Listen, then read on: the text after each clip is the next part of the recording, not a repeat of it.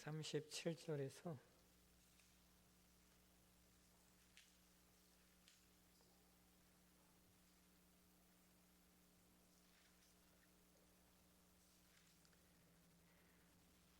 40절까지 말씀을 보시겠습니다. 마태복음 22장 37절에서 40절까지 말씀 같이 한번 읽겠습니다. 예수께서 이르시되 내 마음을 다하고 목숨을 다하고 뜻을 다하여 주 너희 하나님을 사랑하라 하셨으니 이것이 크고 첫째되는 계명이요 둘째도 그와 같으니 내 이웃을 내 자신과 같이 사랑하라 하셨으니 이 두 계명이 온 율법과 선지자의 강령이니라. 아멘.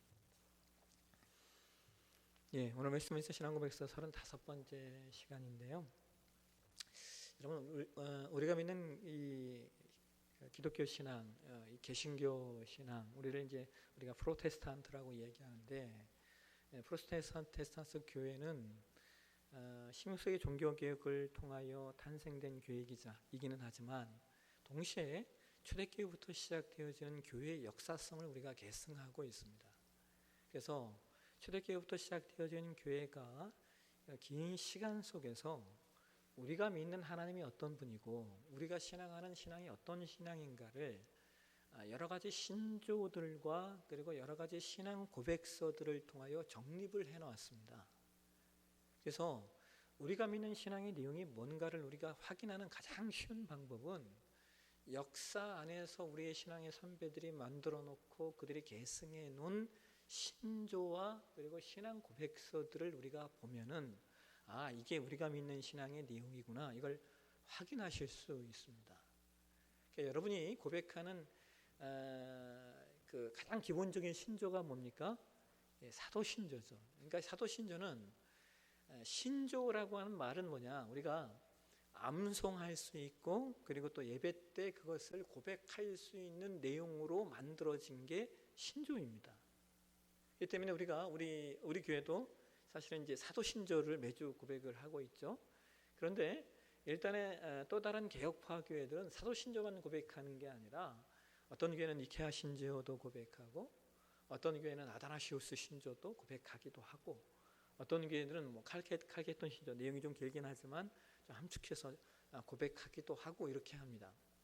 그러니까 기독교 역사 안에서 우리가 믿는 기독교 신앙이 뭔가를 우리의 신앙의 선배들이 역사 안에서 우리가 믿는 건 이겁니다라고 신앙 고백을 통하여 고백해 놓은, 근데 그것이 어느 한 개인이나 어느 한 일단의 집단에 의해서 만들어진 게 아니라 공교회가 초대교회부터 시작해서 그 교회들이 우리가 믿는 그 신앙이 뭔가를 공교회적으로 고백해 놓은 게 신조입니다. 그러니까 여러분들이 사도신조를 보게 되어지면 등장하는 단어가 하나 있죠. 옛날에는 없었는데 우리 이제 새로 번역된 신조에서는 사도신경에서는 그런 고백을 해요. 나는 성령을 믿으며 거룩한 공교회와라고 이야기합니다. 예전에서는 공회라고 번역을 했는데 아주 번역이 잘 된 거예요. 교회는 공교회가 되어야 된다라고 하는 겁니다. 공적 고백을 하는 공적 신앙을 함께 나누고 고백하는 교회가 되어야 된다라고 하는 것이죠. 그런데 그 공적 고백이 무엇을 통해 가능하냐? 우리의 신앙의 선배들이 형성해 놓은 신조와 그리고 신앙 고백서를 통하여 그 고백이 가능해진다라고 하는 겁니다. 그래서 16세기 종교개혁이 일어난 다음에 우리의 신앙의 선배들이 또 형성해 놓은 신조는 예배 때 우리가 고백할 수 있고 또 신앙을 우리가 짤막하게 고백할 수 있는 내용이라면 신앙 고백서는 창세기부터 시작해서 요한계시록의 전체적인 내용들을 가지고 이것을 전체적으로 통합하고 그다음에 전체적으로 해석을 해서 우리가 믿는 건 이거야 라고 고백해 놓은 내용이 뭐냐면 신앙 고백서입니다. 그것을 우리는 크게 두 가지 내용으로 보는데요. 하나는 이제 웨스트민스터 신앙고백서, 우리가 지금 공부하고 있는 웨스트민스터 신앙고백서라고 하고 또 하나는 하이델베르크라고 하는 신앙고백서가 있습니다. 이 두 가지 신앙고백서가 가장 대표적인 신앙고백서입니다. 그렇기 때문에 오늘을 사는 우리들은 우리 신앙 선배들이 기독교 역사 안에서 공교회적으로 고백해 놓은 우리의 신앙은 이거야 라고 하는 내용들을 우리가 반드시 배워야만이 우리가 믿는 신앙이 뭔지를 확인할 수 있을 것 아닙니까? 신앙 고백서가 왜 중요하냐 이런 거예요, 여러분.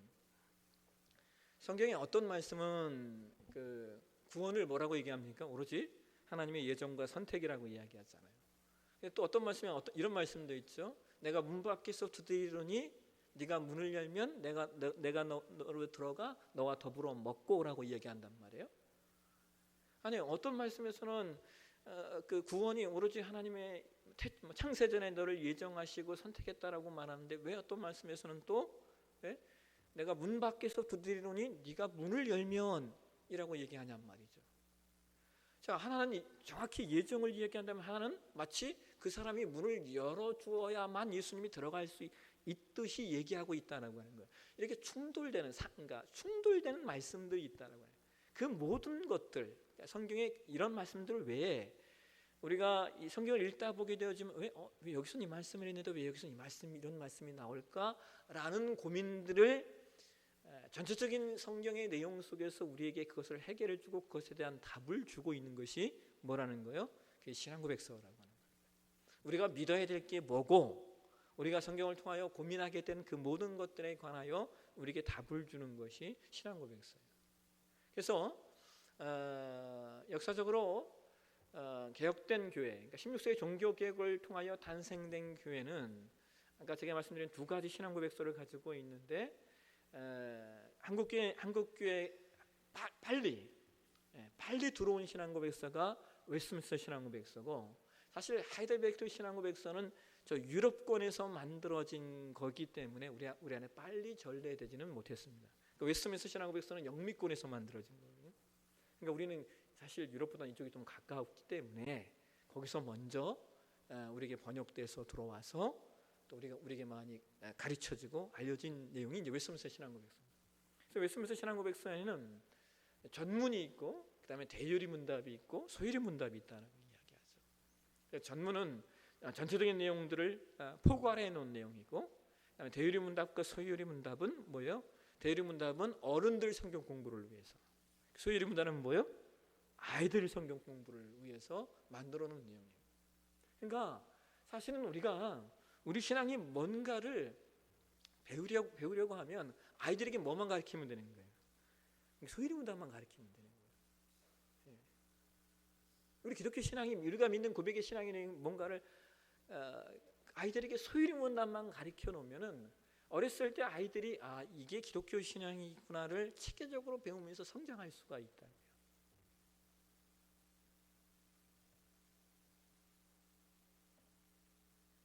근데 한국교회가 안 가르쳐서 문제죠.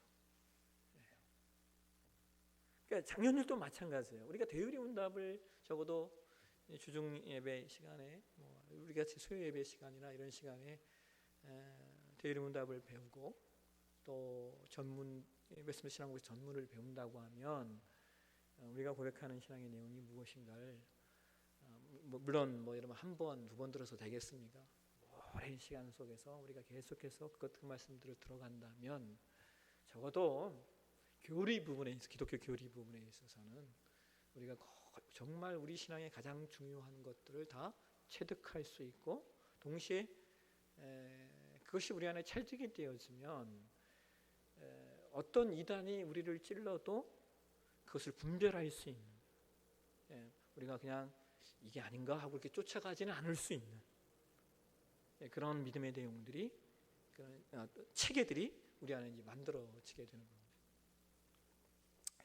오늘은 이제 35강인데요. 우리가 벌써 19장까지 왔단 말이에요. 33장까지 있으니까 많이 온 겁니다. 19장 오늘 하나님의 율법 두 번째 시간을 좀 나눌 텐데요. 자, 사망을 한번 좀 보실까요? 사망. 같이 한번 읽도록 하겠습니다.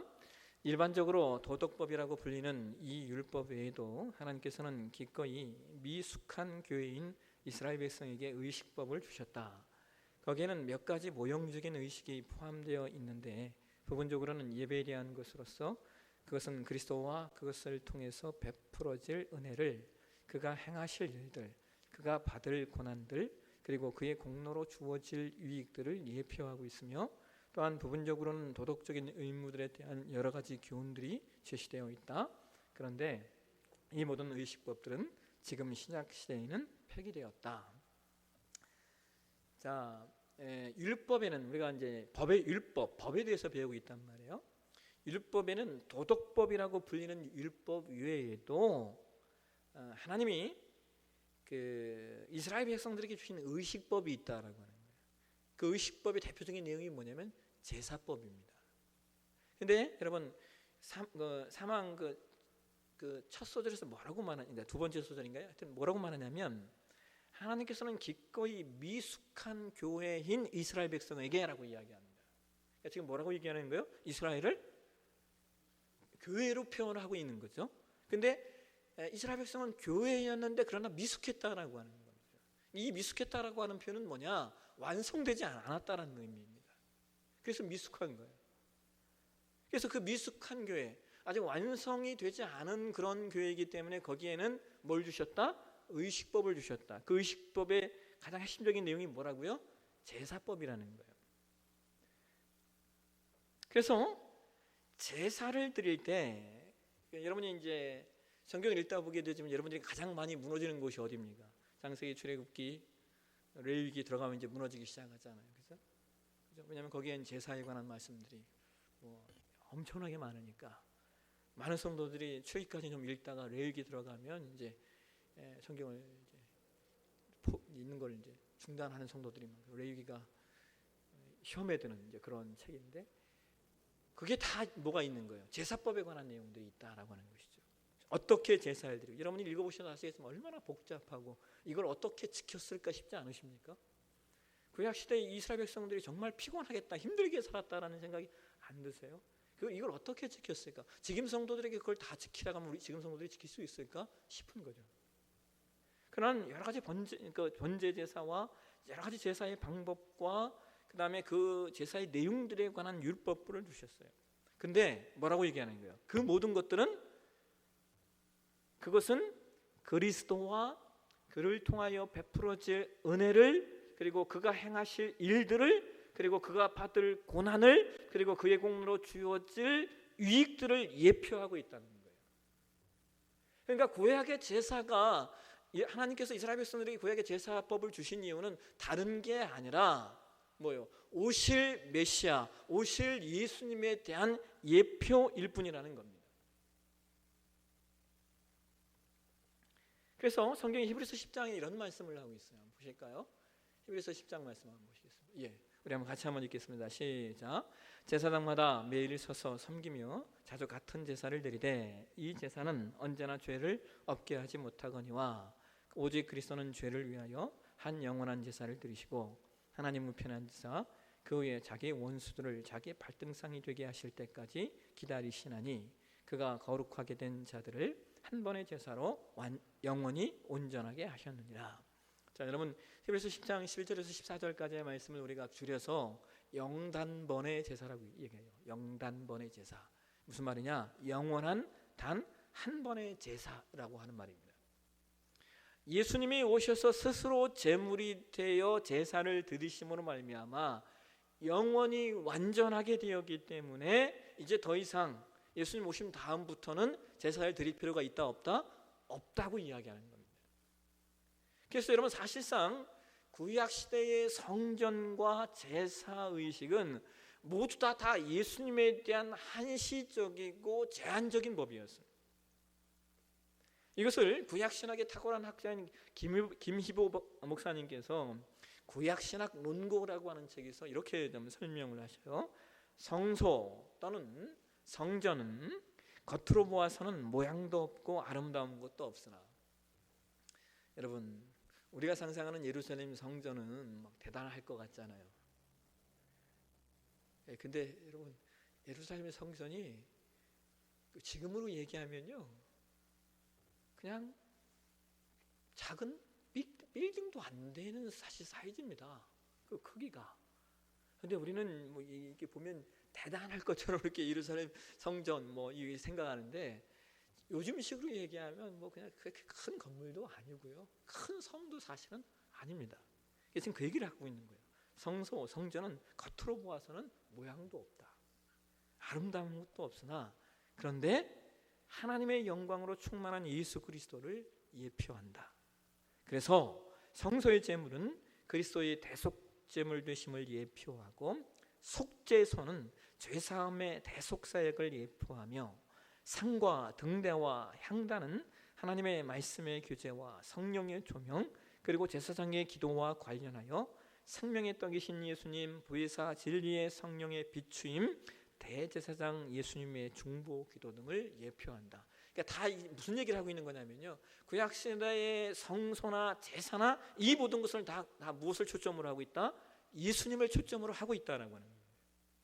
그래서 이러한 의식법의 실체이신 예수께서 우리 가운데 오셔서 그 법을 완전히 성취하셨기 때문에 이제 신약시대에는 그 법은 폐기되었다, 이렇게 얘기하는 겁니다. 그래서 우리는 그 의식법이 폐기되었기 때문에 우리는 더 이상 제사를 드리지 않는 겁니다. 이걸 우리가 뭐라고 얘기하냐면 폐기율례라고 이야기를 하는 겁니다. 그 다음 사항을 가실까요? 사항 보시겠습니다. 사항 같이 한번 읽겠습니다. 하나님께서는 정치적 집단인 이스라엘 백성들에게 여러 가지 재판에 관한 율법들을 주셨다. 그러나 그 재판법은 그 백성의 나라와 함께 시효가 만료되었으며, 따라서 그것의 일반적인 원리는 적용될 수 있겠으나 지금은 다른 아무에게도 구속력이 없다.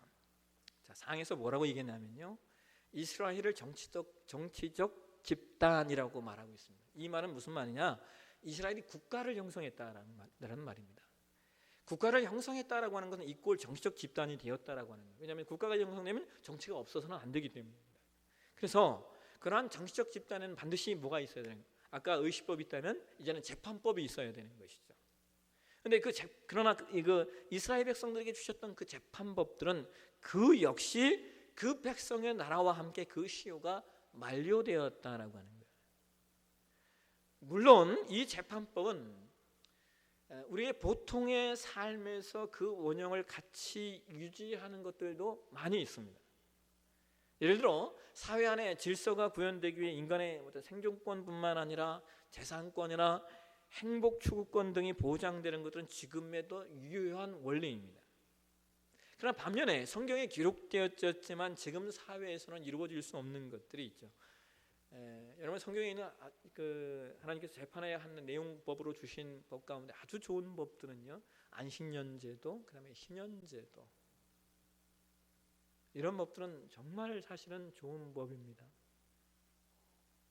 그런데 오늘날 이 법은 지켜지기가 어렵죠. 왜냐하면 희년제도라고 하는 건 토지 공개념에 관한 내용이 담겨져 있기 때문에 이것을 우리가 오늘날 지키자 하면 사람들이 뭐라고 얘기하겠습니까? 공산주의를 가자는 얘기냐? 뭐 당장 이제 나오겠죠.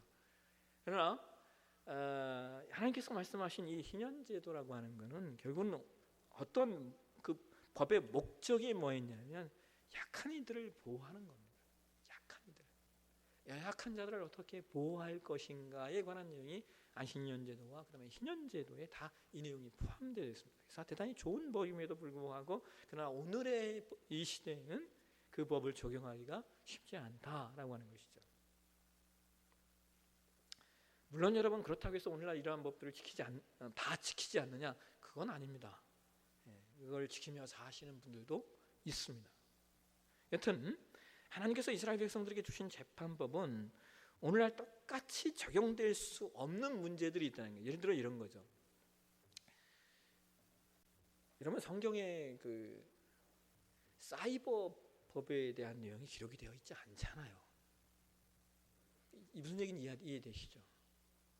시대성에 맞는 법들이 필요하다라고 하는 것이죠. 그런 의미에서 성경에 기록된 이 재판에 관한 모든 법들을 오늘날 일괄적으로 다 적용할 수 없다라고 하는 그런 이제 문제들이 있다라고 하는 것이죠.